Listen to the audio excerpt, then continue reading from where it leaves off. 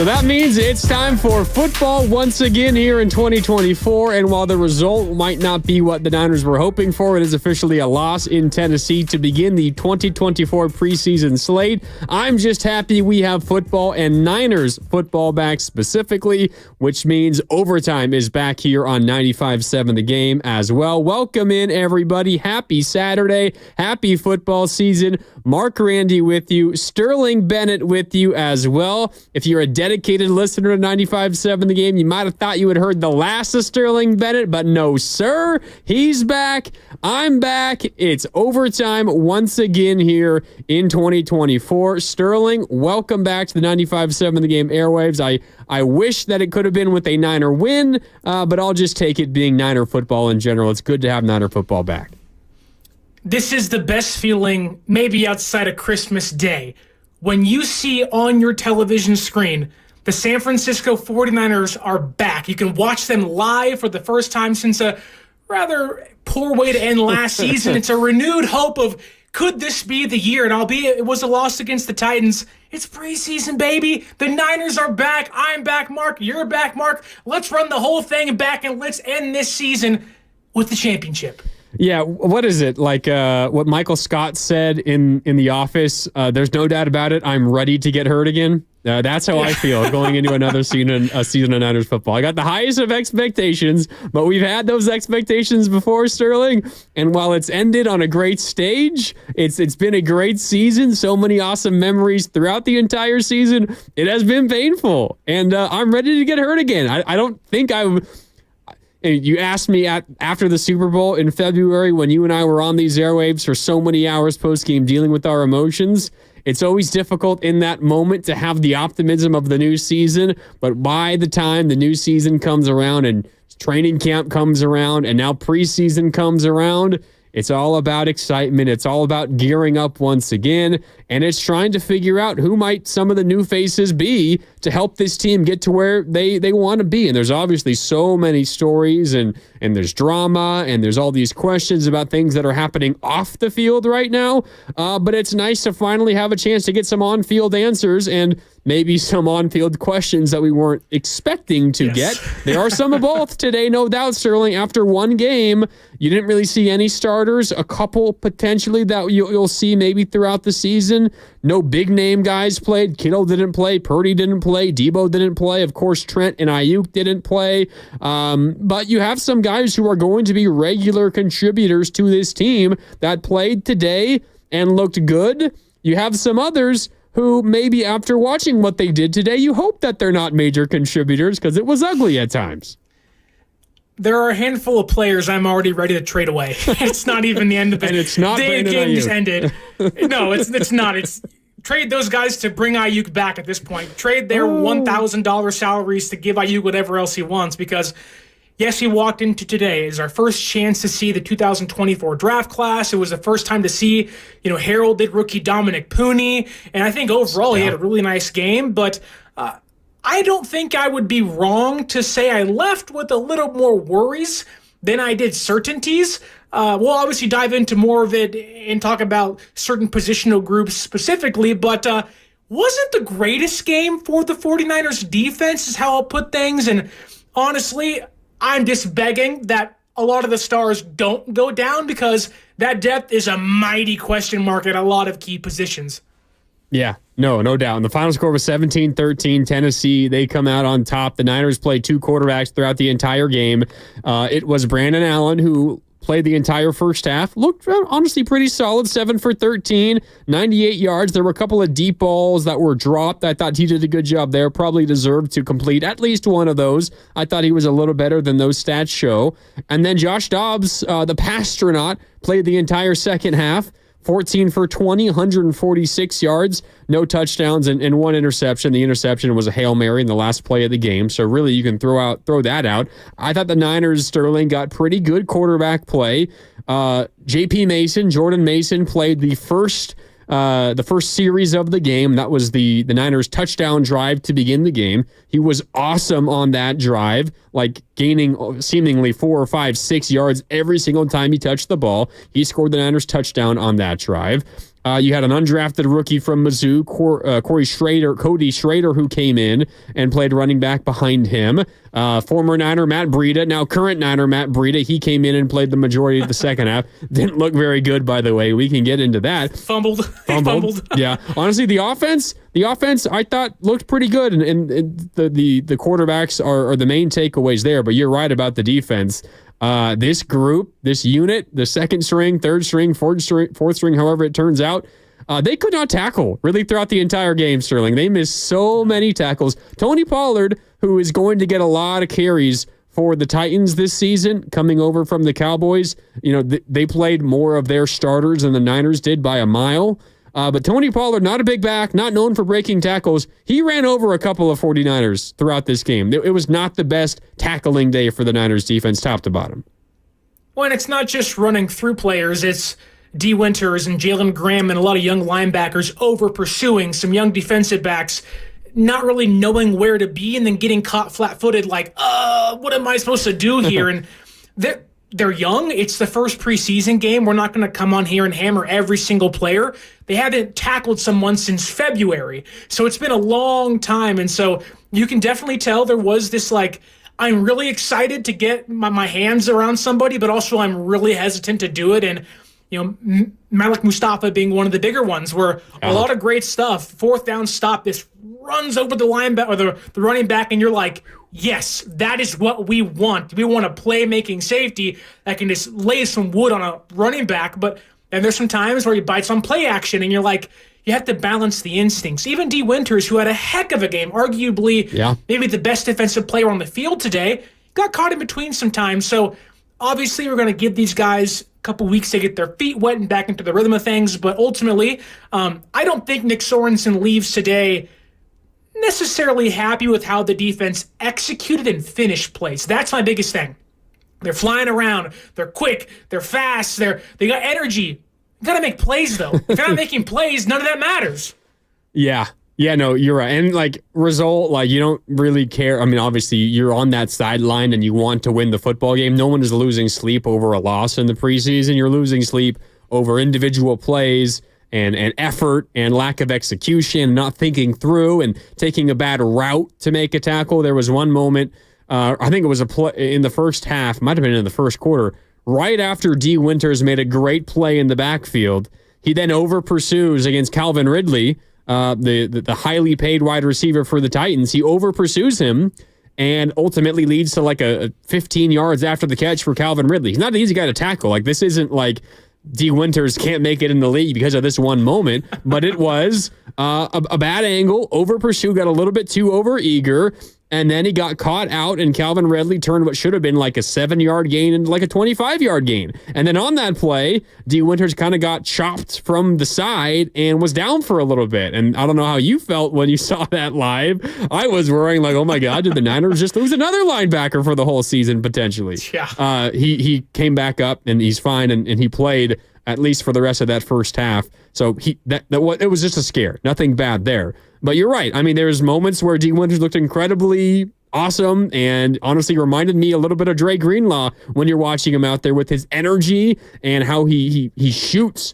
between tackle or would-be blockers to make a tackle, and he's quick and he's aggressive and he's eager and he's all those things. But then there's one play where, he makes just simply a bad read, and it cost the team 15 yards. Those are the areas where the Niners, I think I said lose sleep earlier. You're not going to lose sleep over that, but you're going to identify that in the tape. You're going to look at it tomorrow with D. Winters, and you're going to say, hey, you made this mistake. It cost us 15 yards. That won't happen again. And that's when we, a week from now, look ahead to preseason game number 2 and see if those sorts of things don't happen anymore for someone like D. Winters, who has a chance to have a big impact on this defense this year.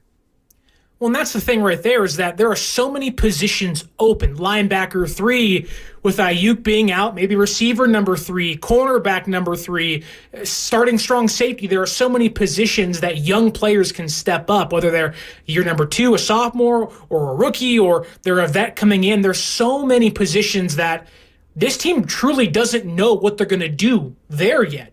And you hope that Mustafa is your starting strong safety, and you hope that it's Isaac Gaten and Bernardo Green and D. Winters. But the reality of it is it really could be Demetrius Flanagan-Falls, who didn't play today. Yeah. It could be George Odom, who didn't play today or didn't play much today. It could be veteran pieces that you're like, oh, that's fine. You're more of a stopgap. The hope is that these young guys come in, revitalize a defense that, again, has some holes, has some questions, but ultimately it's like, man, like the Niners, they're in a really great position to win 10-plus games and go to the playoffs and go back to the Super Bowl. But ultimately, you could argue that if these young guys don't step up, a lot of the wins and losses this year could hinge on what they do. And with how today played out, it's a little scary.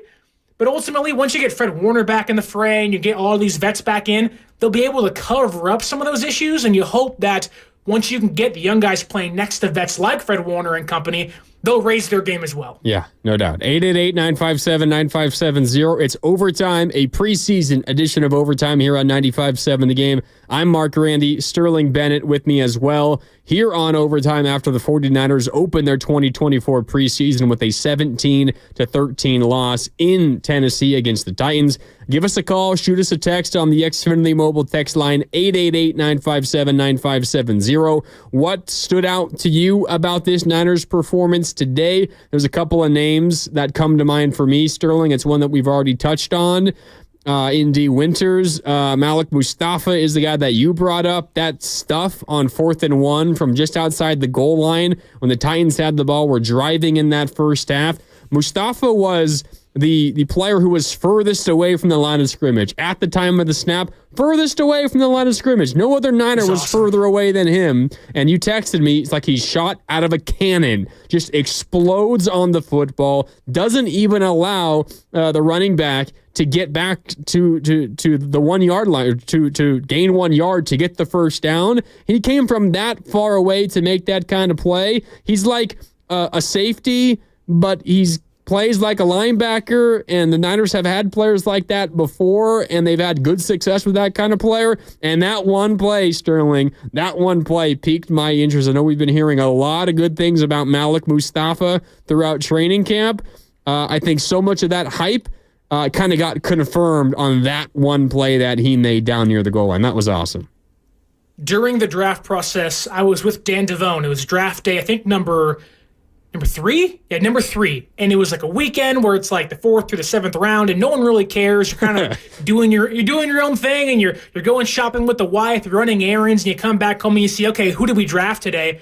Well, I told Dan when they picked Malik Mustafa that this guy, you could argue that in year 1, when it's all said and done, could be the best safety on this team. Oh. He can be better than Talanoa Hufanga and Jair Brown. And all due respect to those guys, they're great players and you hope great things for them. But Malik Mustafa is, if he clicks, if it just fits if his puzzle piece fits the grand scheme of things and the picture they have for him, he's going to be a star. Now, it's one game in the preseason. How much can you make of that? That's crazy to say, but the makeup he has, the way he plays, this linebacker safety hybrid of attacking the ball, the worst he can be is a playmaking safety to get the ball back for an already loaded offense that hopefully is going to have McCaffrey and Debo and, fingers crossed, Brandon Ayuk back in a few weeks. Yeah. Like, when you have players like that, you're going to score a ton of points. And Malik Mustafa is going to be a key cog in this defense to help the offense score even more points if he can be what we think he should be.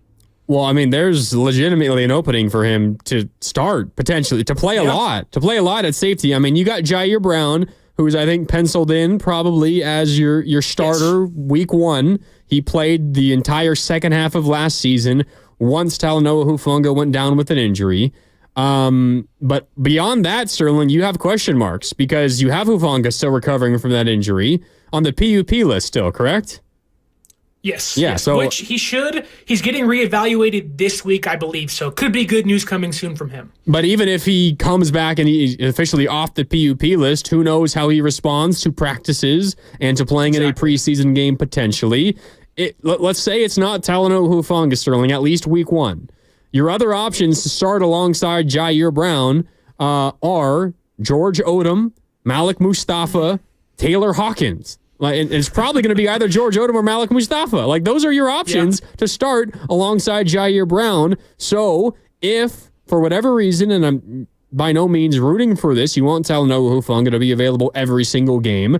But if Talanoa Hufanga is not available week 1, there's a pretty decent chance, Sterling, that you see a lot of Malik Mustafa. Maybe the Niners go the veteran route and choose to play George Odom because you do have a young Jair Brown alongside him at the other safety spot. But there's at the very least going to be a lot of snaps for Malik Mustafa potentially early in the season. And he's just too good not to play, even if it is, 3 safety sets, even if it is, being that quasi third linebacker playing in the box while Jair Brown and Tracy Walker or Odom play in the back end. Like, the way he plays, his play style fits this scheme, and it fits how Nick Sorensen wants his safeties and his playmakers to be like. You don't set a guy like Mustafa on the bench for 2 or 3 years and hope they pan out. While, yes, a player like Talanoa Hufanga sat for a year behind Jaquiski Tart, there's nobody in front of Mustafa currently. Now, there could be if Hufanga comes back, but ultimately, this is a great opportunity for a young player that on a bad team would definitely start year 1 and day 1. Yeah. But on a really good team that should have a top 12 defense again this year, if not higher than that, to really make a statement and plant his flag on a position.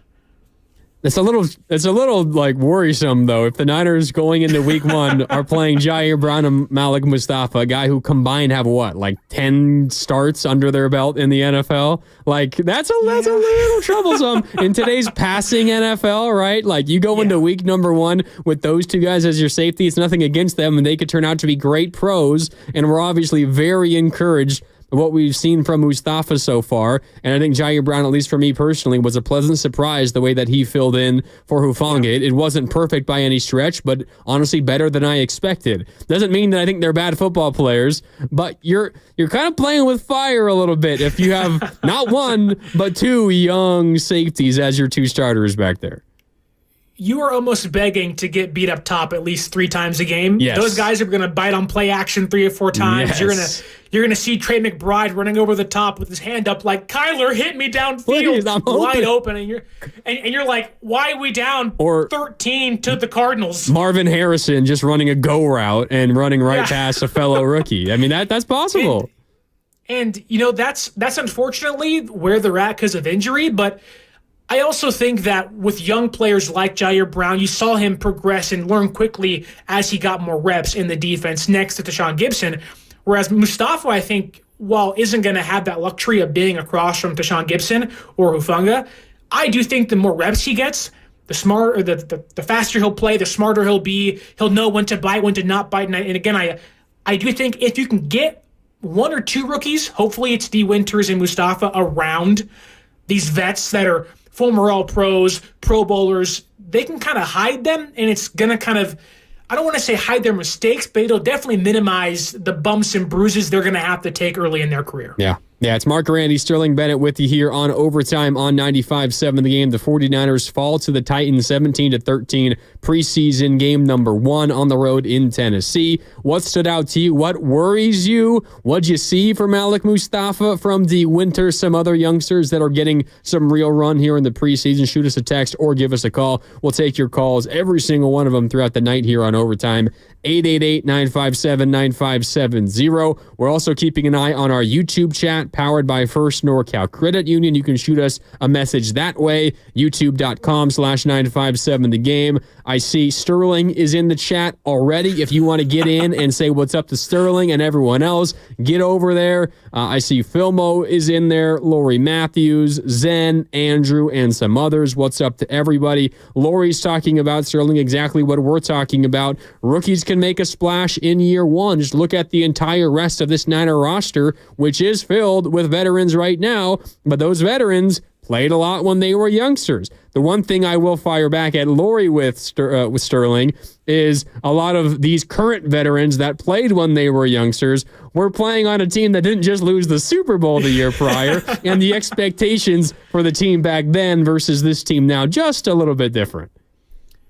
Right. Fred Warner played on the 2018 team, which may have had a better record had Jimmy Garoppolo gotten not injured. And then you have Nick Bosa, who was in 2019. The team wasn't supposed to be as good as they were, and Dre Greenlaw. But, ultimately, I think where things stand is well, yes, it's probably better for a rookie to learn when the team is bad and grow into them being great alongside the rest of the roster around them.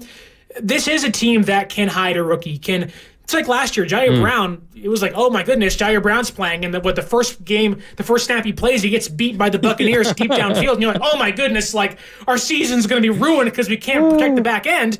But now he grows, he picks off Mahomes in the Super Bowl, and you have high hopes for him now, and he's growing into a leader. So, well, yes, again, there's going to be bumps and bruises. They're going to have to take their lumps, and there may be a time they do cost you a game or so. They do, cost you a big touchdown late in the game. There's also going to be a time where you hope week 10 through hopefully the Super Bowl again, that they've grown into a really great player that can actually help you win games instead of being a player that maybe cost you games. Yeah. Yeah, and you're right. This is the team. They have the talent, and let's assume that they stay relatively healthy, and you don't have to, fill in too many holes throughout the entire season. This is a team that, as you said, can survive playing a rookie in a spot or two here, even if maybe the experience isn't great and they're maybe not quite performing up to the level you want them to. This is still probably a team, Sterling, that can survive through moments like that and weather those issues. And then maybe you look, by the time week 12, week 13, week 14 comes around, those players that you entrusted have, big moments too early in the season, and maybe they weren't great. They take that step forward, and then suddenly you look ahead to the second half of the season and potentially into the postseason, and maybe it's similar to what Jair Brown, as you talked about, who had an interception of Patrick Mahomes in the Super Bowl. You look at that as an experiment, a moment that allowed you to get better, and suddenly you're a better team in the second half of the year than you were early in the season because you were patient enough with some of those youngsters and allowed them to get that seasoning, and they don't feel totally like a fish out of water when the second half of the season comes around. And it's not just on defense, too. Look at the offense. The offense right now, is loaded. You have, of course, Debo and Chris McCaffrey and George Kittle and hopefully Brandon Ayuk and Juwan Jennings. There's still roles on the offense that rookies can step up. Dominic Pooney, who has taken training camp by storm, who was thrust into the first-team reps when Burford went down with the broken hand and John Feliciano hurt his knee, and he hasn't given up that spot since he took over. And when you're a third-round pick, the third highest offensive lineman drafted under Kyle Shanahan and John Lynch, the expectation is you are going to perform in year number one. And it seems like, again, it's first week of preseason, he's latched onto that role of starting right guard. And if he can solidify that, San Francisco could really have a rookie starting at right guard, which, if you look back the past 5 years, has been the position that has ultimately cost them 2 Super Bowls. Mike Person in 2019 and last year in Spencer Burford. If Dominic Pooney can step up and be the man and pick up stunts and pick up blitzes and blocks, which he did today really well, San Francisco could have a solidified right guard position for the first time really under Kyle Shanahan. Whether it's Daniel Brunskill or Burford or Feliciano or Person, could be the first time they have a starter play all 18 games and so on and so forth, which, by all means, if that's the case, sign me up. I'm tired of watching Person and Burford blow blocks by Chris Jones. Just sign me up for the Dominic Pooney push, whatever Tim Ryan called it on KTVU today. Whatever it is, sign me up. Yeah, by the way, I will say you saying that he's the third highest drafted offensive lineman in the Kyle Shanahan era is not really saying that much. I'll just put that out there because this team refuses to draft offensive linemen in the early rounds. We do, though, have a little bit of news coming out right now. Kyle Shanahan speaking with the media postgame in Tennessee after this loss to the Titans in preseason week number 1.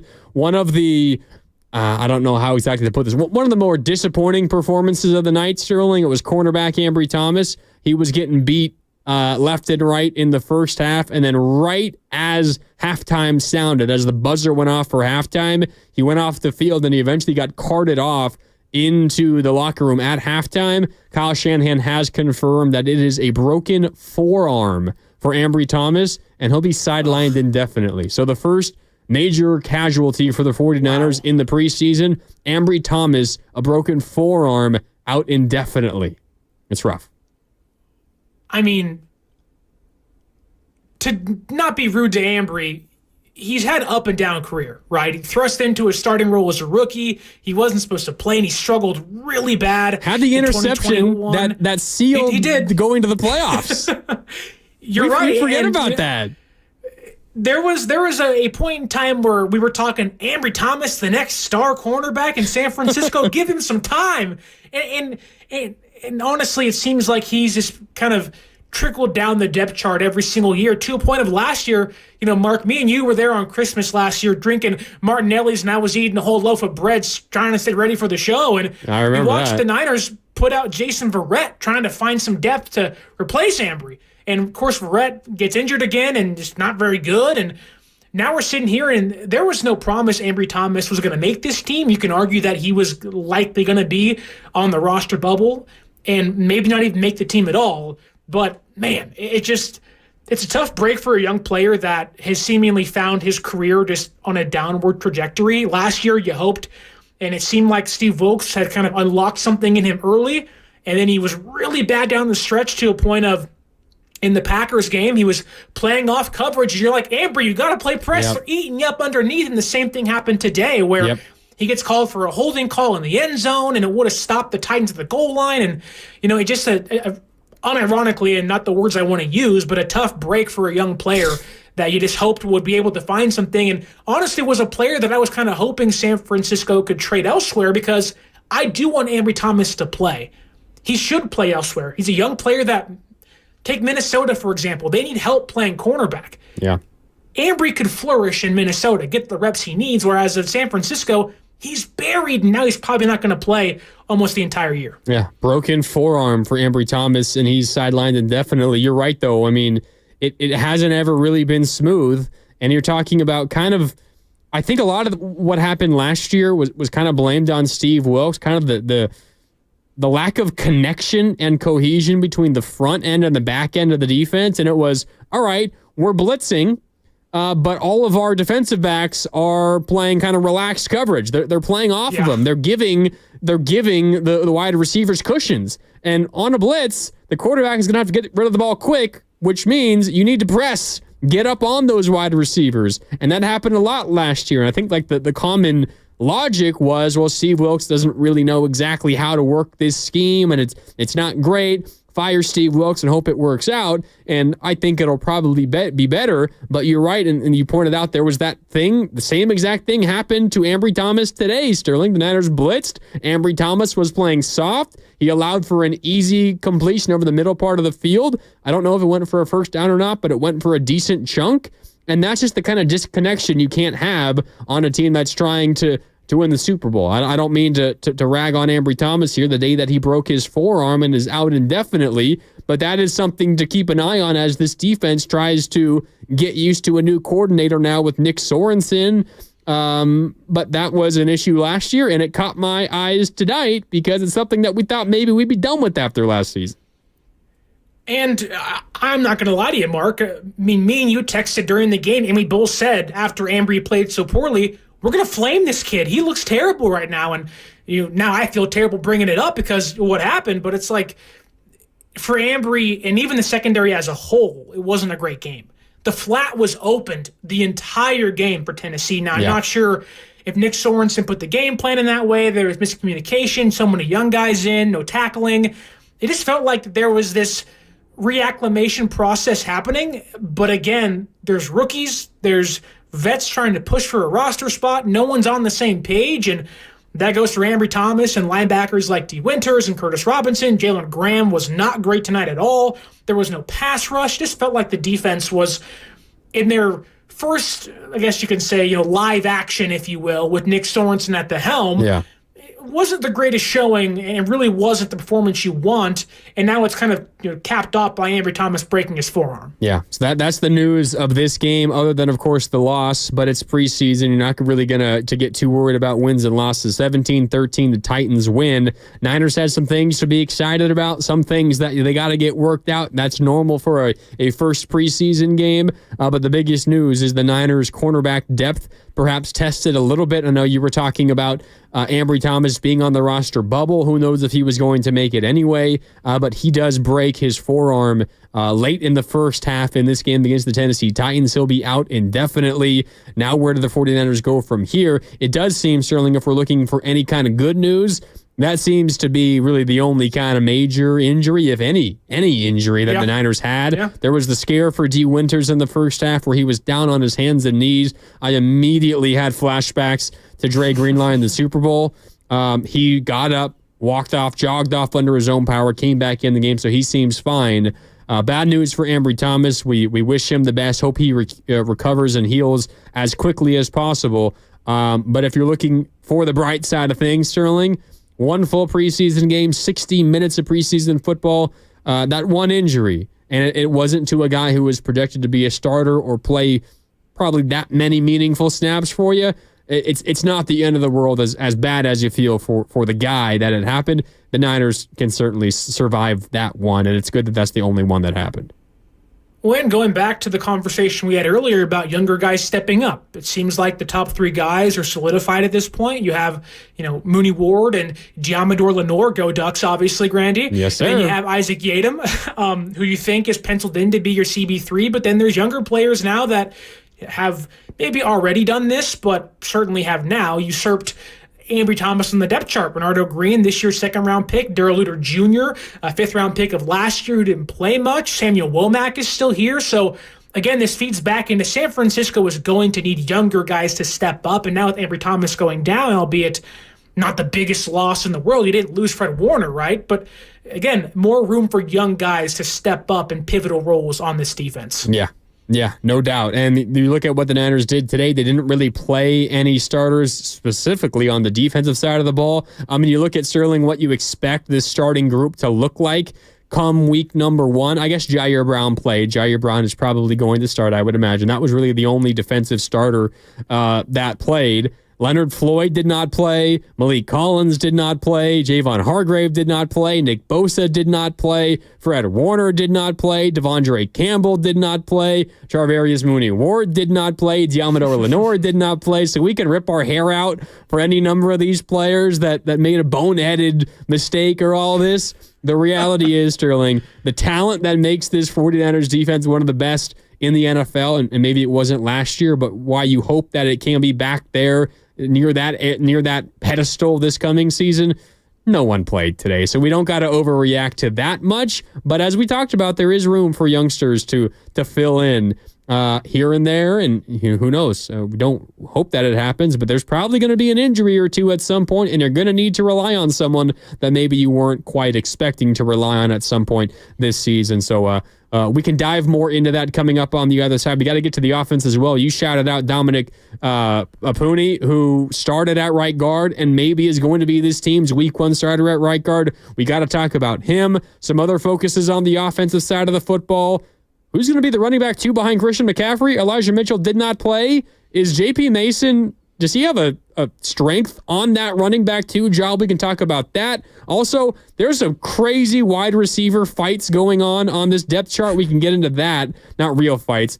Depth chart fights, job fights going on, battles. Throwing hands. We can get into that coming up on the other side as well. A ton to get into. We're just getting started on overtime here on 95.7 The Game. It's Sterling Bennett, Mark Randy with you. Week 1 of the preseason is done for the Niners. They fall in Tennessee, but plenty to be excited about. 888-957-9570. More overtime coming up next on 95.7 The Game. From carriage house to glass aluminum doors, R&S Doors has a full line of commercial and residential garage doors and gates to suit anyone's taste and budget. Visit rsdoors.com. R&S Doors. Look for the red truck. Do you have a child who doesn't listen or tunes you out? Is a teacher telling you that your child may need extra support? Tune in every Saturday morning at 7:30 for Parenting with Vanessa Colon. 20 years of expertise empowering parents with the tools they need on 95.7 The Game. Cashback is not available on gas in New Jersey and Wisconsin. $5,000. That's the average amount of money people in the U.S. are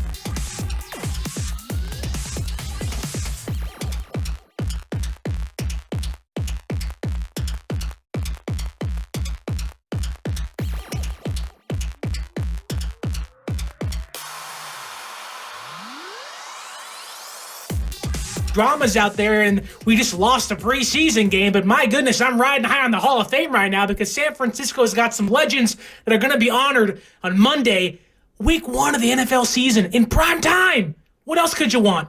And nothing more than that, other than a win. Just get a win. Week 1, Monday Night Football. Get a win, and we'll all be good. Yeah, the Niners open with the Jets, then the Vikings and the Rams. Jets are at home, Vikings, Rams on the road. Then you return home, Patriots, Cardinals. You go to Seattle. You got the Chiefs and Cowboys at home back-to-back weeks. Something I didn't quite realize. Obviously, we've known the opponents for a long time, and we knew the home and away opponents for a while as well. Then the schedule kind of got laid out, obviously, and you know when you go on the road, when you're in Seattle, when you go down to LA to take on the Rams and all of that. One thing I didn't quite put together as I was going through the schedule until recently was you got some awesome home dates this year. Like you got some, you have the Jets, you have the Chiefs, you have the Cowboys, and you got the Lions again, a rematch of the NFC Championship game at home. You got some. You got the Bears. The Bears. Caleb Williams, who looked, I guess, kind of fine, good in his first preseason game. You mean he looked like Patrick Mahomes 2.0? Is that what you mean? I mean, I don't know. What did Patrick Mahomes look like in the preseason, his rookie year, or the year he was going to start? We didn't know about Patrick Mahomes until week 1 when he just exploded onto the scene. Whenever I see him or hear his name, I just see red. I get so angry. I just never want to see him again. Yeah, it's to a point. He's like the vein of my existence. Like, why are you in my life? I hate that you're here, Patrick. I hate it. I imagine you saw the Raiders with the Kermit Patrick Mahomes puppet that they brought to training camp. I'm sure it's not going to go over well for them. So apparently a fan brought that to training camp. The Raiders didn't make it. But what's worse is that Raider players go over there, they play with it. It's like, why would you poke the beast? I'm pretty sure the Raiders were the team that went to the Kansas City midfield mark at Arrowhead and were dancing on it and having a good time. Then Mahomes beat him for 35 points. And it's like, what are you doing? If there's anyone you don't taunt, it used to be Tom Brady. Now it's Patrick Mahomes. Don't even look his way. Don't look his way at all. Don't poke the beast, Raider fans. Please don't. If memory serves, the Raiders are the last team to beat the Chiefs. That happened late last year, right? Yeah, the Raiders on Christmas Day. That's right. It was the Christmas Day game. You were just talking about Niners-Ravens on Christmas. Raiders in Vegas beat the Chiefs 20-14. Then the Chiefs won their final 2 games of the regular season. And then, of course, we know what happened in the playoffs when they won 4 games in the playoffs, including that one that happened also in Vegas. We don't need to go into that. But flashbacks. Yes, I'm sure that it's not going to end well for the Raiders against Patrick Mahomes. Do not poke the bear, as you said. But the Niners today didn't really do much poking. They lose to the Titans 17-13 is the final score. Don't really care too much about wins and losses in the preseason, but as we were talking about in our first segment, Sterling, plenty to dive into on individual players and performances. And if you're just joining us, the major news out of Tennessee for the Niners is Ambry Thomas broke his forearm, and Kyle Shanahan said it'll be a while. So indefinite absence for Ambry Thomas, where we weren't even totally sure if he was going to make the roster. One guy who we definitely do know, Sterling, is going to make the roster. Oh, a couple of the guys. I mean, this could go for a whole number of ones. But the one I'm going to focus on... 53 to be exact. I think Christian McCaffrey is going to make the roster this year, Sterling. The one that I'm going to single out here is potentially Christian McCaffrey's backup. Jordan Mason, who I know has been getting a lot of run as potential RB2 in training camp. He got the start in this game, preseason game number 1, played 1 drive, 6 carries, 34 yards. That's about 6 per carry, and got a touchdown. He was awesome with the ball in his hands. He was running angry. He consistently fell forward. No one was pushing him backward. After contact, he was always getting an extra 2 or 3 yards. He's looking like a legitimate running back in the NFL, Sterling, and I know we don't want to overreact to just one preseason game, but honestly, what we saw from Jordan Mason running the ball is what we've seen from him every time he's run the ball, even in regular season NFL games. It's maybe been some of the other things that have held him off the field, whether it's pass pro and picking up blockers, or maybe it's a little bit of pass catching that hasn't been his strong suit. But if he is getting better at those other areas, we know the running ability is always there, Sterling, and it was certainly there today. That one drive, by far the Niners' best drive of the game, led by JP, Jordan Mason. There's always that one, maybe two players every preseason you go, wow, they're the preseason MVP. I can think back to my youth, and Thomas Clayton was a big one. Every single preseason, he had like 300 yards rushing. Oh, he's going to make the team and be an impactful player. Then it was always the Frank Gore show, rightfully so. Then a couple years later, I think maybe towards the end of the Harbaugh era, it was like Capri Bibbs. Where's this guy? Oh my goodness, what's going on? And you're like, they never play. Whereas Jordan Mason, the last 3 seasons, every time he gets the football, he's always impactful, whether it's 5 yards a pop here, being the closer on a Thanksgiving night game in Seattle.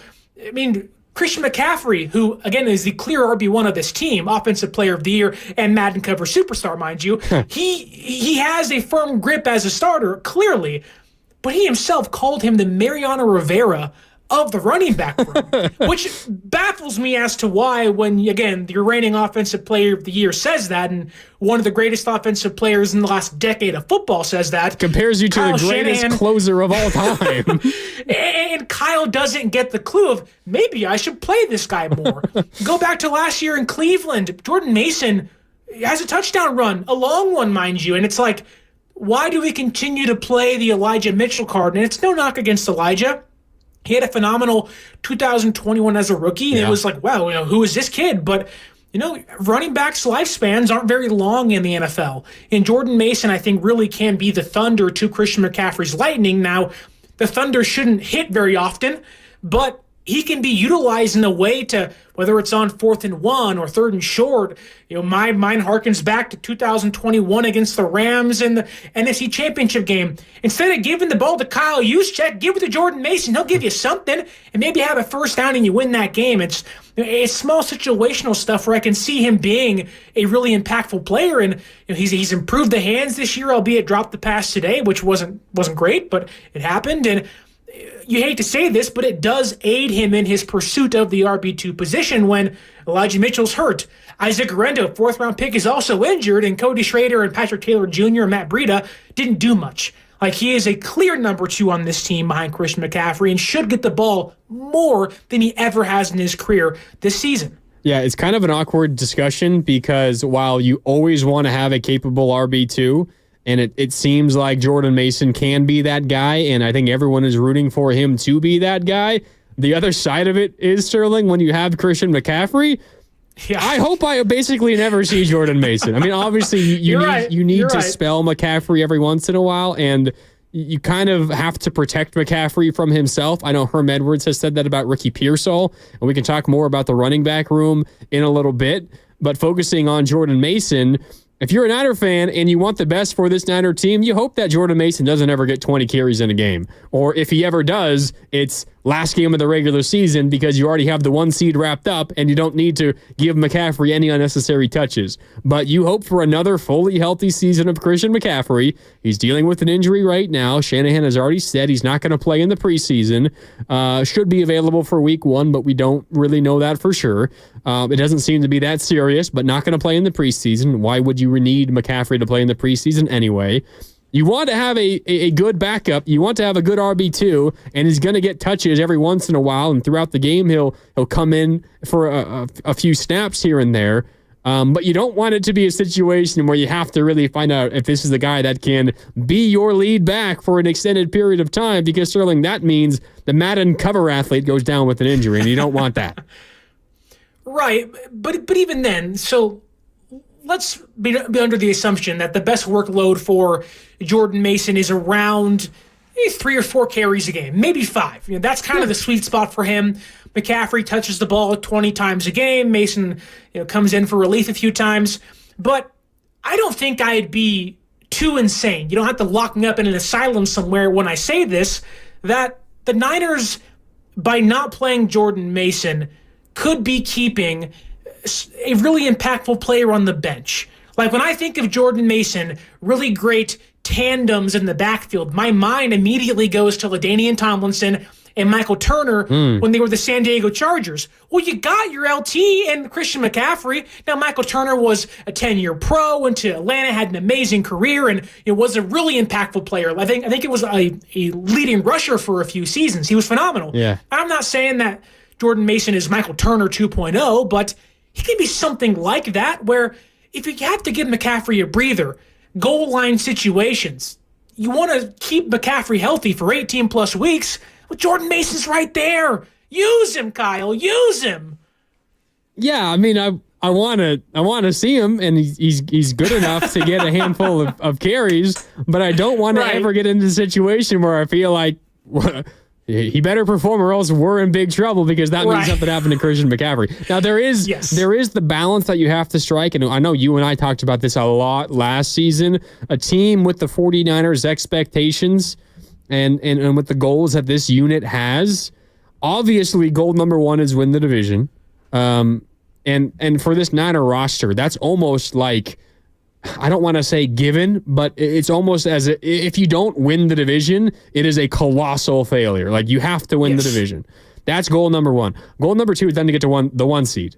And that's obviously much harder, and you need some other things to go your way, and you barely had it work out for you last year. You had some help. There was the late season collapse by the Eagles, which helped you out a ton. You, of course, contributed to that collapse. You went into their building and you dominated them, and that was kind of the beginning of the end of the Eagles. But you have those bums. those bums. We'll see how they are this year. But obviously, I mean, the Lions are really, really good, and they might be fighting you for the number one seed as well. That's goal number two.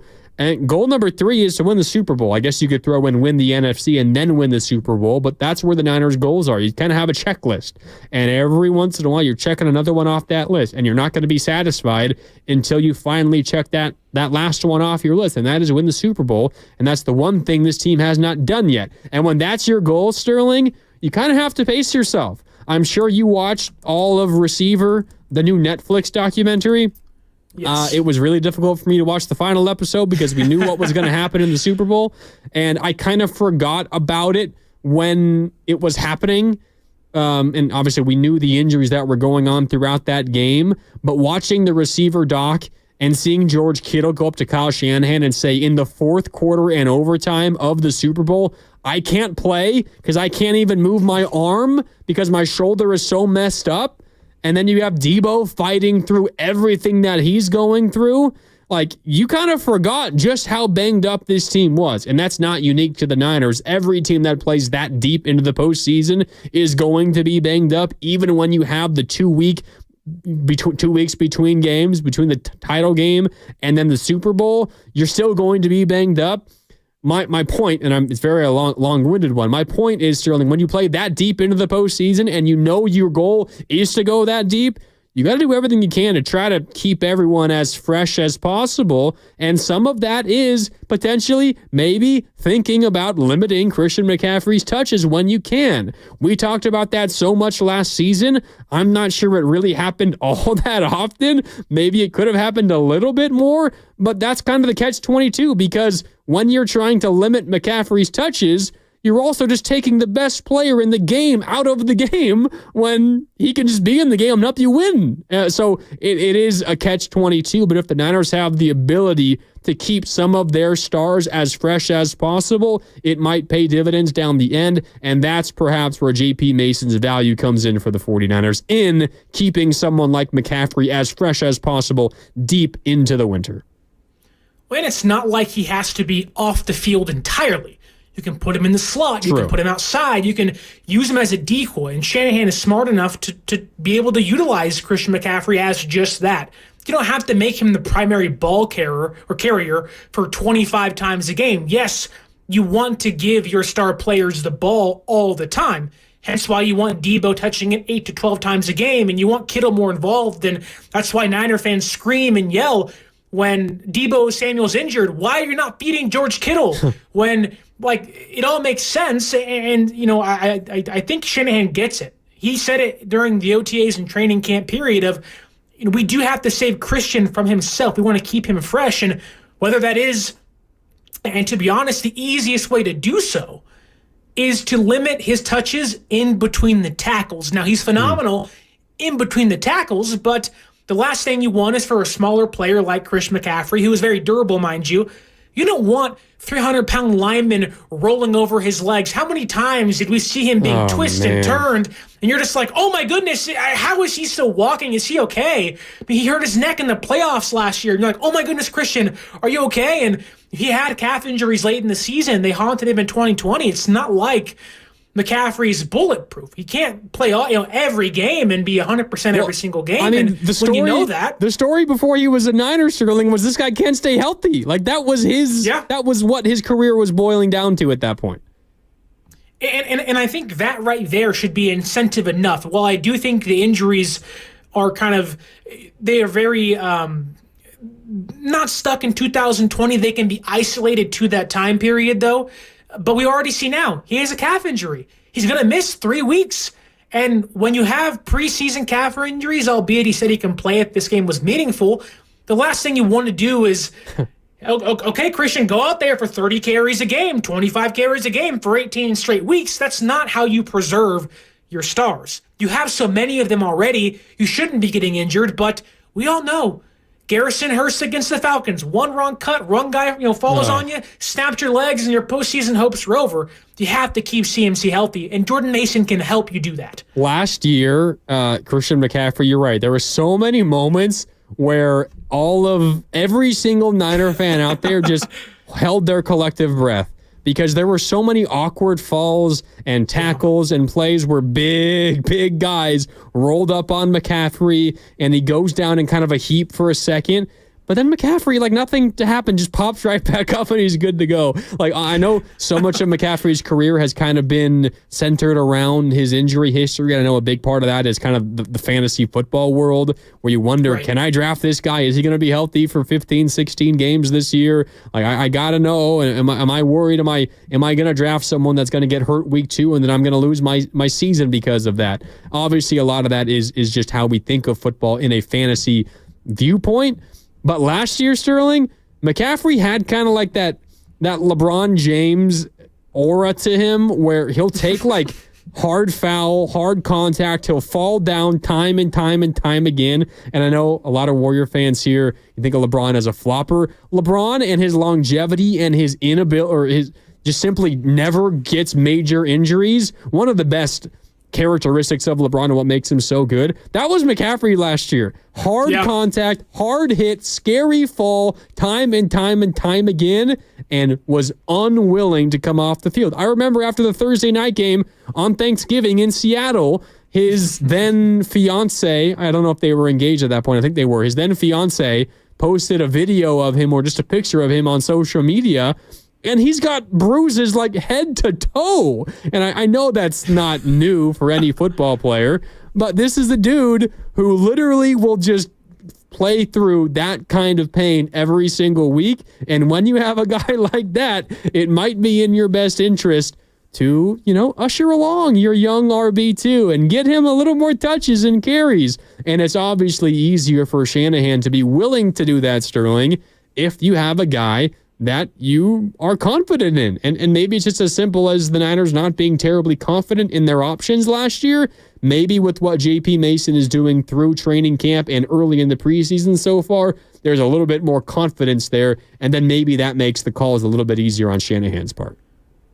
Well, I hope so, too, because Jordan Mason isn't just this kind of ground and pound, put your head down and bowl through people. He can certainly do that, as he's shown every single time he gets the ball, but he's quick. He's shifty sometimes, but I don't even think it really is just a running back issue of how can you preserve your stars, because it doesn't just stop at Christian McCaffrey. It goes to Deebo Samuel as well, and unfortunately, as things currently stand, they'd walk into 2024 with Deebo Samuel as receiver number 1 and then Jawan Jennings as receiver number 2, and then a whole lot of question marks behind them. And after watching today's game, albeit no Ricky Pearsall out there, I think Chris Conley made the best case of anybody to be this team's receiver number 4 over Jacob Cowling. And again, once Pearsall gets back, we'll see. He hasn't made a preseason debut just yet, and he's been hurt the last week or so. But Chris Conley, going back to last year, week 18 against the Rams had a nice game and carry that over into the Super Bowl, and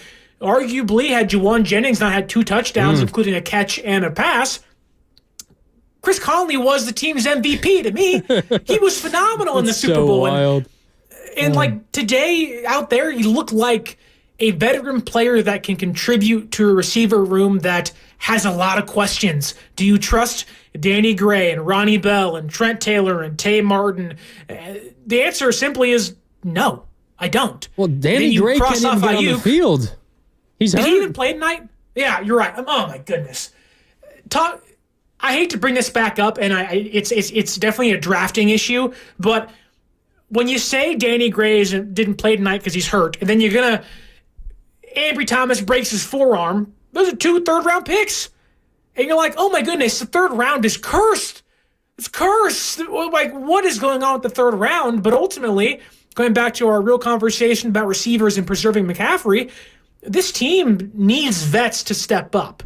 Whether it's Jordan Mason, Elijah Mitchell, and honestly, Chris Conley, again, really stood out and has the entire training camp period of, he may not be the biggest name, but he's played in KC, he played in Jacksonville, and now in San Francisco. We are looking at Chris Conley almost being a lock for this roster after just 1 preseason game. Yeah, the running back room is going to be really interesting, and obviously so much of that hinges on what happens with Brandon Ayuk. We can talk a little bit more about that next hour, and we can certainly dive into the running back room. You're talking about 3rd-round picks and some of the issues and mistakes, or maybe just simply bad picks in that round. I don't want to bring our mood down a little bit here, Sterling. And there's obviously one pick in this draft that saves it and might honestly make it one of the Niners' best drafts ever if it continues on this trajectory. But if you just take off that one pick, the final pick of this draft, the 2022 Niners draft, Sterling, it is ugly. Oh my God. I'm sure you know all these names. I'm going to read them off for all of our listeners. The 2022 49ers NFL draft, it might go down as like the worst draft ever until Brock Purdy happened. So the 49ers don't have a 1st-round pick. They draft Drake Jackson with their 1st overall pick. Had that incredible start to the season. And then last year, 3 sacks against the Steelers, and then it seemed like didn't even play the rest of the season. He's already been ruled out for this entire season. Drake Jackson out for the year. 2nd overall pick for the Niners in 2022. It was their 1st pick of 2 in the 3rd round. Ty Davis-Price, no longer a 49er. Then Danny Gray, can't even get healthy for the first preseason game of the year. After that, Spencer Burford, who you just laid out. Okay, that's fine. Yeah, not terrible. Not terrible. Fine. Backup offensive lineman, that's fine. You're looking at a guy who might get beat out, and obviously he's dealing with a broken hand right now, but maybe would get beat out by a rookie, not 1st round, not 2nd round pick this year. That was a 4th round pick a couple of years ago. After that, Samuel Womack. We've thought for a couple of years now, maybe Samuel Womack could be your nickel corner. I don't think he's getting that spot, Sterling. I don't know how you feel about that. He's not sniffing that spot. After Samuel Womack is Nick Zakelj. Offensive lineman. I wouldn't blame you if you don't really know who Nick Zakelj is, because all he does is play in the preseason, and that's about it. After Nick Zakelj, okay, this is actually kind of an okay pick. Kalia Davis in the 6th round. Is it though? Is it? He was good played today. The last 2 years. He was good today. Preseason against the Titans, Marcus, is that big of a deal, man? Kalia Davis. After that, Tariq Castro-Fields, a corner in the 6th round. Commanders legend, baby. Yeah, he's not a Niner anymore, right? He's elsewhere. Okay. And then the last pick. They cut Tariq Castro-Fields, his rookie training camp, and the Commanders took him. He didn't even make the team. And then, so that's the draft through 1, 2, 3, 4, 5, 8 picks. First 8 picks. Drake Jackson, Ty Davis-Price, Danny Gray, Spencer Burford, Samuel Womack, Nick Zakelj, Kalia Davis, Tariq Castro-Fields. You missed on practically all of those picks, at least up to this point. And then you get saved by Brock Purdy, Mr. Irrelevant. If it wasn't for Brock Purdy, Sterling, we would be talking about the 2022 NFL draft for the Niners as one of the worst drafts in the history of drafts. It has been so bad. All I can say is, despite that terrible draft, to reference the Highlander, if there can only be one, baby, and if it means Brock Purdy is the one, I'll take it, because that man's about to get $325 million, according to Bill Barnwell, and a massive record-breaking quarterback contract, and he's going to lead this franchise to hopefully not just one, but two, but three, but hopefully, if he can just get the first one, Super Bowls, because Brock Purdy is the man, although he didn't play tonight. Oh, God. Jeez. What a terrible draft. Those drafts just absolutely disgusting. We hope that this 2024 draft is a whole lot better. We can talk about some of those draft picks. Ricky Pearsall did not play. Hopefully he gets back and is healthy. Renardo Green played. We can talk about him on the other side as well. Dominic Puny, we talked about him already a little bit. He looked good, and he might start at right guard. Malik Mustafa, we talked about him. Garendo did not play. Cowing did not play. We saw Tatum Bethune come in and play out of Florida State. He was the Niners' 7th-round pick. Maybe he has a chance to make this team. We'll see. But the 49ers lose preseason week number 1 in Tennessee. Final score 17-13. Some good, some bad. The major bad news for the Niners is one of their corners, Ambry Thomas, has broken his forearm. Kyle Shanahan says, quote, it'll be a while. So an indefinite absence for Ambry Thomas with that broken forearm. But other than that, the Niners get off relatively injury-free. We can talk more about everything coming up on the other side. 888-957-9570. That's the number to call. It's also the Xfinity mobile text line, 888-957-9570. And we're keeping an eye on our YouTube chat as always, youtube.com/957 The Game, powered by First NorCal Credit Union. It's Sterling Bennett, Mark Randy with you. One more hour of overtime to go. The first overtime of the 2024 season. More coming up next on 95.7 The Game.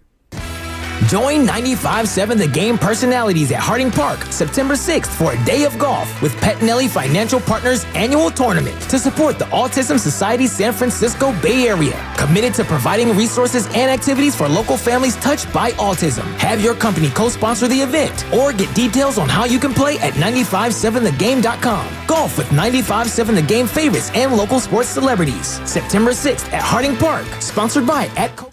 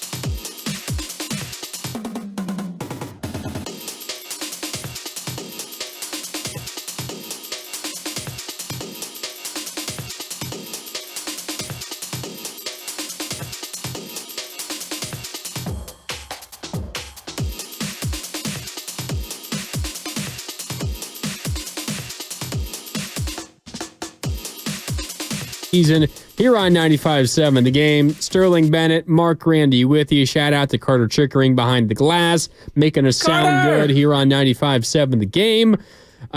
Sterling, Niners lose, which I know you're not happy about, but 95.7 The Game, where preseason wins matter. 17-13 was the final in Tennessee. Niners also suffer one major injury in the loss. Ambry Thomas, a broken forearm. We will hear more about that, I'm sure, from Kyle Shanahan this coming week, and we'll keep you updated on 95.7 The Game, but he did confirm it post-game, broken forearm, and an indefinite absence. Don't know exactly how long Ambry Thomas is going to be out, and he was not locked to make this roster. So we'll see what Ambry Thomas's future holds as well with the 49ers and beyond. We'll have to wait on that. I know one thing that might also worry Niner fans a little bit coming out of this game, Sterling, and again, we say this all with a grain of salt because Leonard Floyd did not play. Obviously, Nick Bosa did not play. Your two DTs did not play. Malik Collins, who they acquired this offseason from the Houston Texans, and you hope can be a big run stopper in there. You don't have Eric Armstead anymore. You hope that Collins can kind of fill that role a little bit, and you hope that you get more from Javon Hargrave this season. That's going to be a must for this Niner defense. But the Niners today, Sterling, the defense wasn't necessarily that great at getting to the passer. Whoever the passer was for the Tennessee Titans, Kalia Davis, who we talked about as part of that 2022 draft class. Maybe I'm just remembering what he did today. He was the only Niner that had a sack. Not really a lot of pressure on any of the Tennessee quarterbacks tonight.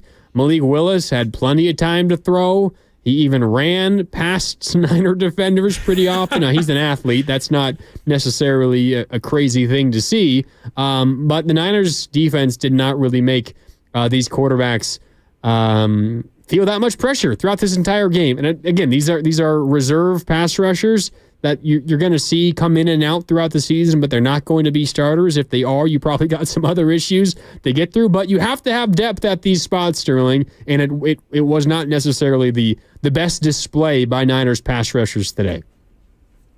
But that's the idea that these guys aren't going to play might not actually be true. Because, yes, Nick Bosa didn't play. Leonard Floyd didn't play. Yetur Gross-Matos didn't play. Well, everyone else did. Robert Beal Jr., who was like a 5th or 6th round pick a couple years ago, he played, and he wasn't good at setting the edge as an edge rusher. That's your job. Set the edge and get to the quarterback. No one got to the quarterback outside of Kalia Davis, and the current edge rushers they have, albeit some of them were just signed this past week, they didn't do anything. How many times, if you watched the television broadcast on KTVU, did you hear the broadcaster say, "Oh, they're not getting any pressure. You got to get to the quarterback." Again, once again, no pressure. They gave the Tennessee quarterbacks, who, by the way, are Will Levis, 2nd-round pick, Mason Rudolph, former Steeler, and Malik Willis, and a scrub who not making the team. It's like they gave them clean pockets all day. And unfortunately, with Drake Jackson going down, there's a whole lot of unproven pieces that are depth where, yes, Leonard Floyd was brought in because he's durable and he's productive. 9.5 sacks the past few years. I think he's never missed a game in 9 seasons straight, right? But what if something happens and Nick Bosa goes down? What if Leonard Floyd misses a couple of weeks? Okay, then you're instantly asking your depth to step up. And unfortunately, you can expect big things from guys like Yetur Gross-Matos. What if he goes down too?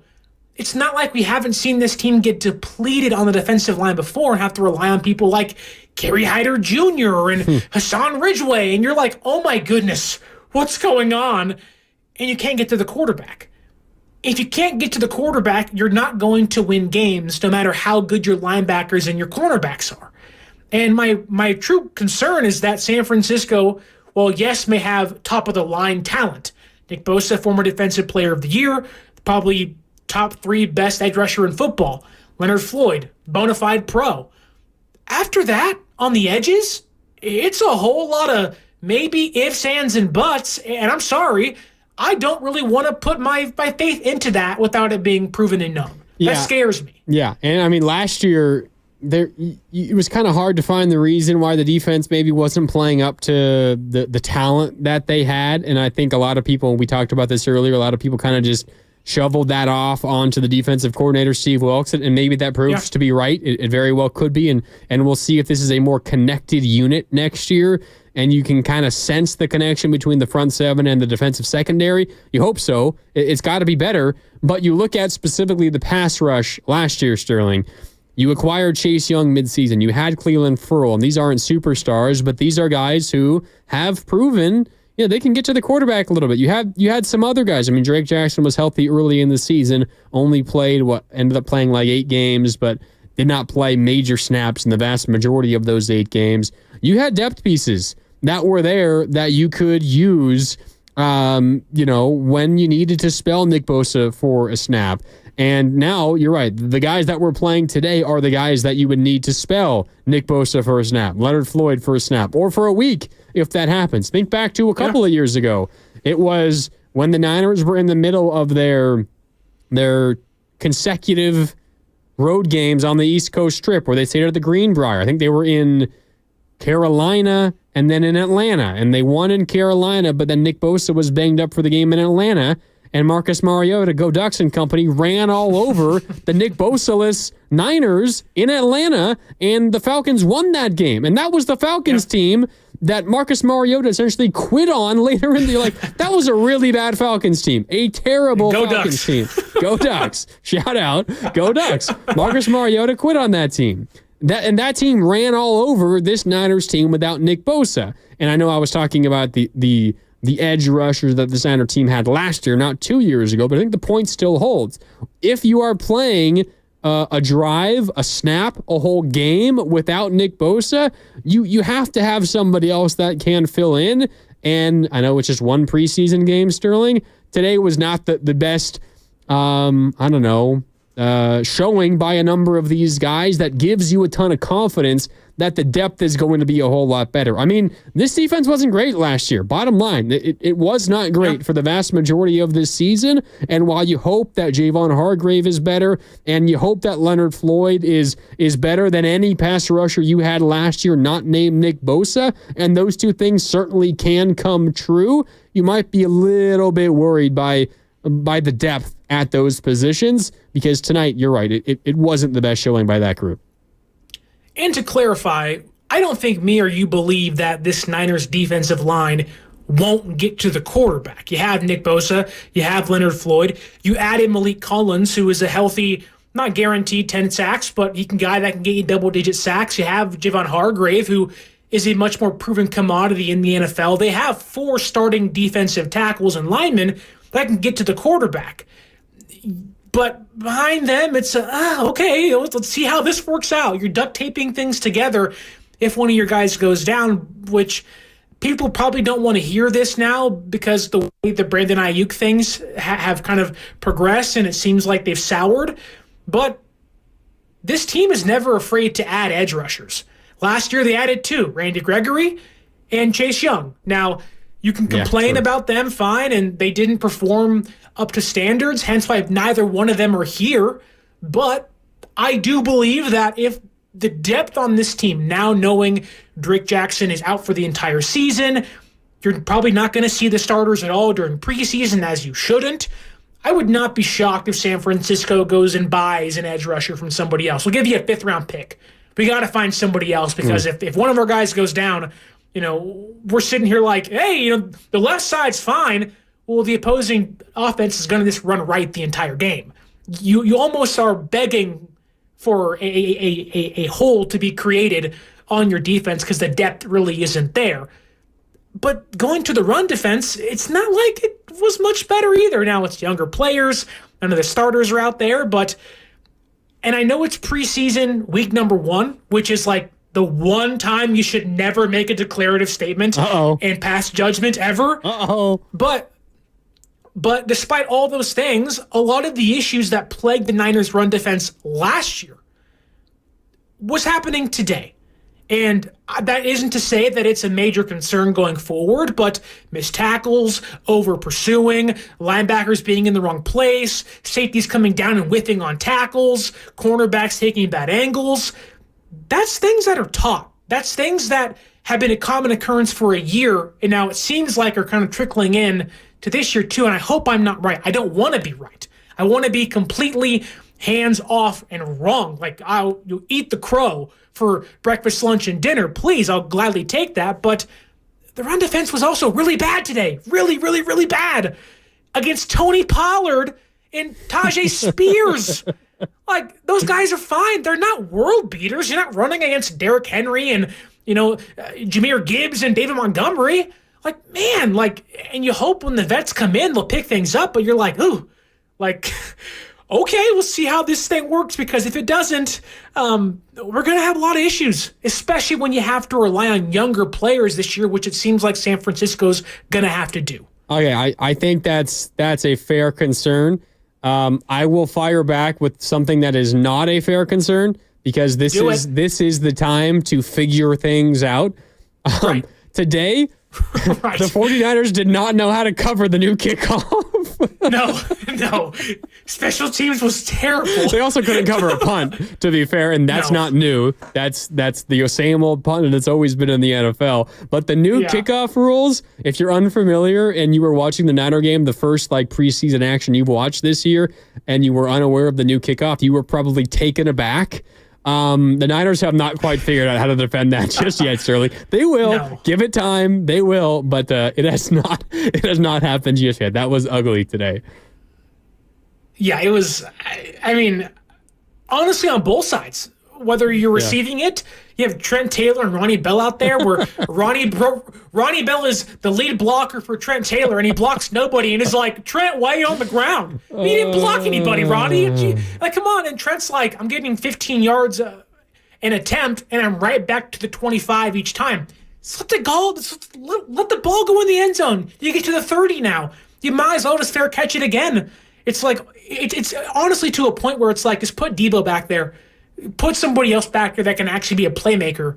Maybe it's Cody Schrader, who I think had the best return of the entire day of those guys. But Trent Taylor, Ronnie Bell, then you go to the defensive side. The second drive of the game for Tennessee, not even one play was snapped, and they were in the Niners' red zone.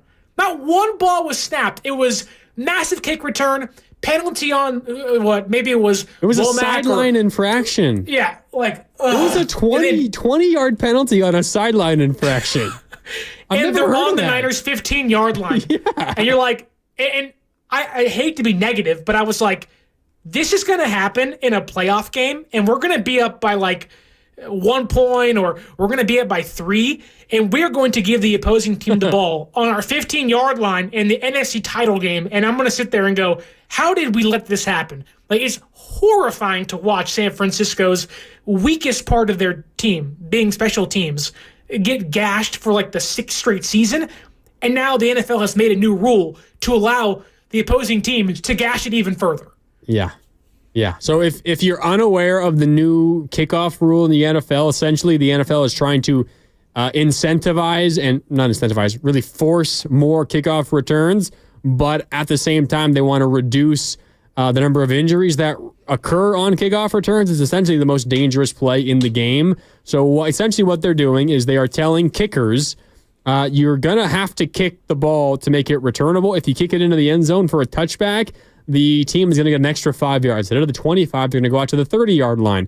So kickers are saying, teams are saying essentially, okay, we're more willing to trust our defense here, our special teams unit, to make a tackle shy of the 30. We're going to kick it shorter, allow the team to return it back, and to limit the injuries that occur on that play. The gunners, the teams, the players trying to tackle the kick returner, they line up at the kick returner's 40-yard line, while all the blockers, aside from 1 or 2 returners, line up between the 30 and the 35, and none of those players can move until the ball either touches the ground or one of the returners catch it. So you're limiting the amount of time that these players are sprinting head-on at each other, but you're also encouraging more returns. And the 49ers haven't figured out how to defend it just yet. I think most other teams have, oddly enough. The Niners haven't just yet. But again, as I was saying, that's not a fair concern at this stage. It's preseason game number 1. The Niners will figure it out. But something to keep an eye on. We hope. Who's the opponent next week, Sterling? Is it the Saints? It's Saints. The Saints return a kickoff tomorrow or next week. And then 8 days from now on Sunday on overtime, we can talk about that as a major concern, but I'm not going to go to that length right now. I'm not worried about it. I just knew I needed to bring it up because when I saw it, the Niners' first kickoff of the 2024 preseason, and it went nearly for a house call, I just started laughing because, of course that would happen to this team. In my notes, I have here, 63-yard return. Willis over pursues. Jalen Graham misses the tackle, then chases the man down, gets called for a penalty at 15 yards. They gave them 78 yards. The ball was not snapped. The Titans were in the red zone. And this is the crazy thing. At that time, the Niners had them on third down twice still, which again is, to turn this into a positive note, a testament into how good this defense still was, for as bad as they were, for actually in short yardage stuff in the goal lines. They actually tightened up a lot. I thought Rock Ya-Sin, for as jokingly or for as comedic as it was when they signed him and people said he'll be a real contributor, it was like, yeah, right. He actually played really good tonight. Malik Mustafa made his money in the red zone for the defense. Like, this defensive line tightened up, when things got, again, tight. When you're in the red zone, your back's against the wall, the defense actually did perform pretty well to a point of they had a chance to win this game. For as much as it doesn't matter, they had a chance because the defense tightened things up when it mattered. Yeah, they did. You talk about the red zone defense. Obviously, the one that stands out is Malik Mustafa's hit on a 4th and 1 from like the 3-yard line. Didn't allow them to get the first down, turnover on downs. Huge hit by Mustafa, who was lined up near the back of the end zone and got all the way into that play as quick as a cannon. That was an incredible play. The other one that stands out is on the drive that you're talking about. After the really bad special teams play by the Niners, sets up the Titans in the red zone before they even have a play from scrimmage on that drive. Ultimately, the starting quarterback for the Titans, Will Levis, I think it was a 3rd down. I don't think it was 4th and goal. Yeah, it was 3rd and goal. He scrambles out to the right, looks like he's going to get into the end zone, and coming out of nowhere, D. Winters lights him up short of the goal line. I do not know how Will Levis held on to the football. If I'm the Titans, by the way, on the sideline, I am screaming at my young quarterback, Don't take that hit in the preseason. What the hell are you doing? Throw it away, get down. Don't fight for the end zone in the preseason. I love your aggressiveness and I love your fight, but man, you're killing me. You're our starting quarterback. Anyway, that was courtesy of D. Winters. The unfortunate part, and I don't mean to pick on a guy while he's down, is that play ultimately meant nothing because there was a terrible defensive holding by Ambry Thomas on that play. But to your point, there were still some of those positives when the defense was backed up in moments like that. And Malik Mustafa, D. Winters are the two that stand out for me in those kind of moments. And take D. Winters more specifically. We talked about him having a shot at the linebacker 3 job to, while Fred Warner and Devondre Campbell seemingly had the starting 2 linebackers jobs, seized up, and those are going to be their jobs. D. Winters has really taken a step forward, not just in the offseason, but the last week or so, he's making plays. And today, it was almost kind of how like Aziz Al-Shire was in his young career, where he was over pursuing a lot. He was missing a lot of tackles.